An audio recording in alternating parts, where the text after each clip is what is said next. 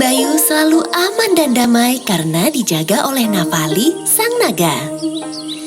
Namun suatu hari, Nafali tidak dapat terbangun dari tidurnya. Ketut, si tabib hutan, telah mencoba segala obat ramuan dan mantra, namun Nafali tetap tertidur. Permata Palasa akan membangunkannya. Kita harus mencarinya, kata tabib Ketut. Konon, permata Palasa terletak di batu besar di puncak gunung. Di hutan Rimbayu ada 2 kelompok hewan. Kelompok matahari yang diketuai oleh Hobas dan kelompok bintang yang dipimpin oleh Mayang. Kedua kelompok ini langsung berangkat. Hobas pergi bersama pendekar-pendekar terkuatnya, Aksa, Kayat, Kil, dan Bing. Mayang pun mengajak murid-murid terpandainya, Kus, Tiur, Andi, dan Ushe. Kedua kelompok ini yakin mereka akan berhasil membawa kembali permata Palasa demi mengobati Nafali dan mengharumkan nama kelompok mereka.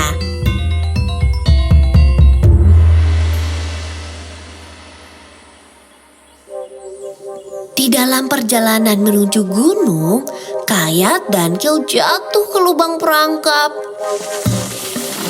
Tidak mudah bagi Hobas, Aksa, dan Bing untuk mengangkat mereka dari lubang. Tapi untungnya mereka berhasil.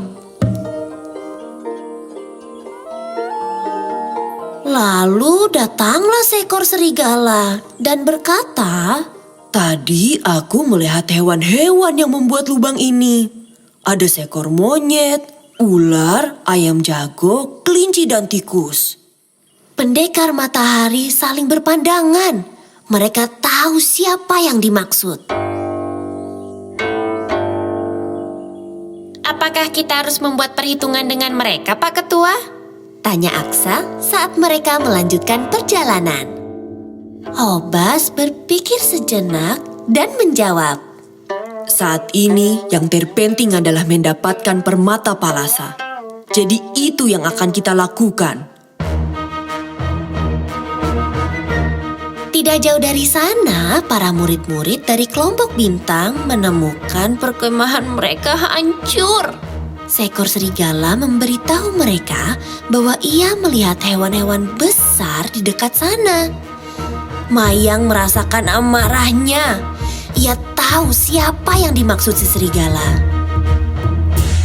Lalu Andi bertanya, Apakah kita harus membuat perhitungan dengan mereka, Guru? saat ini yang terpenting adalah menyembuhkan Nafali lebih dulu, jawab si Mayang.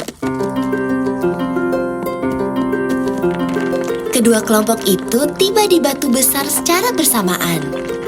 Pasti ini tempat yang disebut tabib Ketut, kata Hobas. Para pendekar matahari mulai bekerja. Tapi mereka tidak dapat memindahkan batu besar itu. Kus bertanya, Guru, jika para pendekar yang kuat itu tidak mampu menggeser batu besar, apa yang dapat kita lakukan? kita gunakan keahlian kita. Kita amati dan berpikir, kata si Mayang. Guru, aku menemukan sebuah lubang, Kata Andi. Mereka pun mengamati lubang itu dan ternyata lubangnya kecil. Serahkan kepadaku, kata Tiur, dan dia pun masuk. Tak lama kemudian, Tiur muncul membawa kabar baik dan buruk. Aku menemukan permatanya, tapi terjepit erat di antara 2 batu. Aku akan masuk bersamamu, kata Ushe.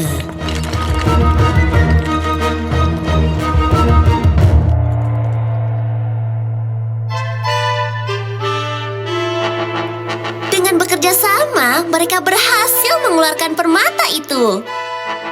Selamat, karena kalian telah mendapatkan permata demi menyelamatkan seluruh hutan. Kami Memaafkan kalian atas perangkap yang kalian buat, kata Hobas. Perangkap apa? Kami tidak membuat perangkap apa-apa. Malah kami baru akan bertanya, kenapa kalian menghancurkan perkemahan kami? Kata Mayang. Tapi kami tidak pernah menghancurkan perkemahan manapun, kata Hobas. Mayang dan Hobas saling berpandangan dan mereka pun sadar mereka telah diadu domba. Guru, tolong! Teriak Tiur. Ternyata permata palasa yang berharga itu telah dirampas dan dibawa kabur oleh si serigala, yang tak lain adalah serigala yang telah menghasut mereka. Hobas, Aksa, Kayat, Kil dan Bing dengan cepat memulai pengejaran. Si serigala itu cepat, tapi akhirnya Hobas dan para pendekar matahari berhasil menangkapnya dan mendapatkan permata itu kembali. Kelompok bintang dan matahari pun kembali ke hutan Rimbayu secepat yang mereka bisa. Ini, kau saja yang menyerahkannya pada tabib Ketut, karena muridmu yang mendapatkan permata ini, kata Hobas sambil mengulurkan permata itu kepada Mayang. Tapi Mayang menggeleng. Tidak, kau saja yang menyerahkannya. Karena tanpa dirimu dan pendekar-pendekarmu, permata itu tidak akan ada di sini saat ini.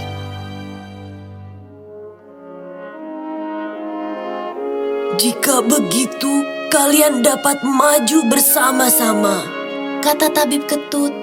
Hobas dan Mayang pun saling berpandangan. dan tolong agak cepat karena waktu kita tidak banyak lagi, tambah Ketut. Hobas dan Mayang pun maju, dan bersama-sama mereka menyerahkan permata palasa kepada tabib Ketut. Keesokan paginya, Navali terbangun, dan semua penghuni hutan Rimbayu pun melanjutkan kehidupan mereka yang aman dan tentram.